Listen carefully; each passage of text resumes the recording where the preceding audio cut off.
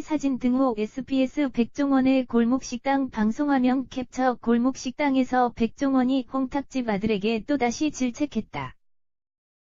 21일 오후 방송된 SBS 예능 프로그램 백종원의 골목식당에서는 개선된 모습을 전혀 보이지 않은 홍탁집 아들에 질책하는 백종원의 모습이 그려졌다. 이전에 막창집에 곱창찌개를 개발하는 과제를 줬던 백종원은 다시 막창집에 방문했다. 막창집 사장은 곱창된장찌개, 곱창김치찌개, 곱창순두부찌개를 개발해봤다. 찌개를 모두 먹어본 백종원은 된장의 구수함에 순두부찌개의 얼큰함을 살려보자고 제안했다. 막창집 부부와 백종원은 새로 만들어본 곱창찌개를 먹어봤다. 부인은 김치를 안 넣으니 훨씬 낫다.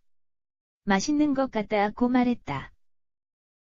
백종원은 테스트를 바로 해보자고 제안했다. 제작진은 인근 간호대학생 4명, 포항터 시장 상인 2명, 곱창막창 전문 맛집 동호회 4명을 시식단으로 초청했다. 10명 중 6명 이상이 곱창찌개에 찬성해야 메뉴로 확정할 수 있다. 백종원은 제육볶음, 순두부찌개 등 평범한 메뉴로는 동네 상권에서 벗어날 수 없다. 멀리서 올 만큼 개성 있는 음식이 필요하다며 곱창찌개를 개발한 이유를 설명했다. 막창집 사장은 곱창찌개 요리 중 깻잎, 당면 등 나중에 넣어야 하는 재료들을 먼저 넣어버린 실수를 저질렀다.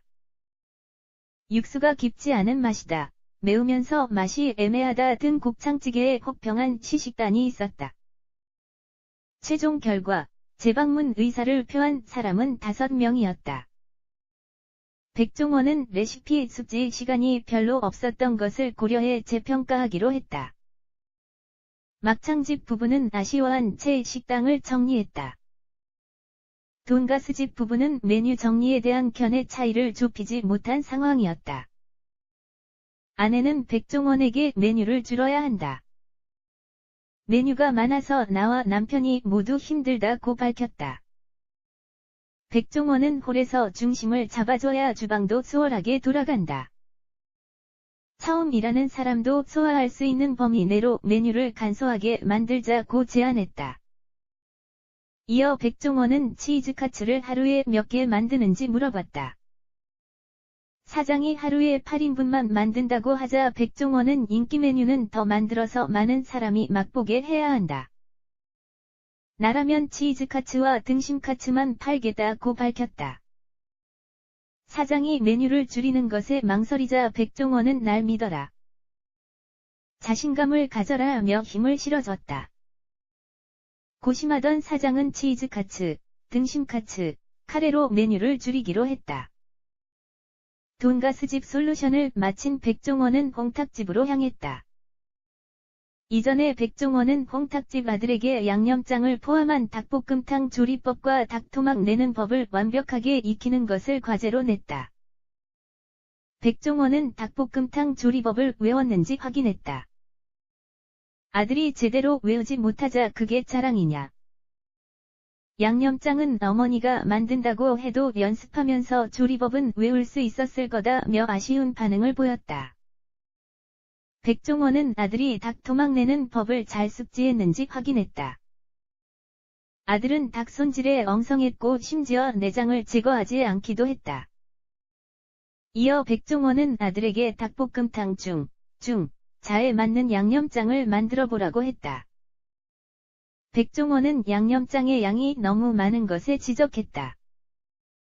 이어 백종원은 싱크대에 세제와 설거지감들이 남은 상태에서 닭을 헹군 것에 지적했다. 백종원은 아무리 주방 일을 몰라도 일을 하다 보면 스스로 깨우치는 법이다. 세상을 너무 우습게 안다고 말했다. 나를 무시하는 거냐?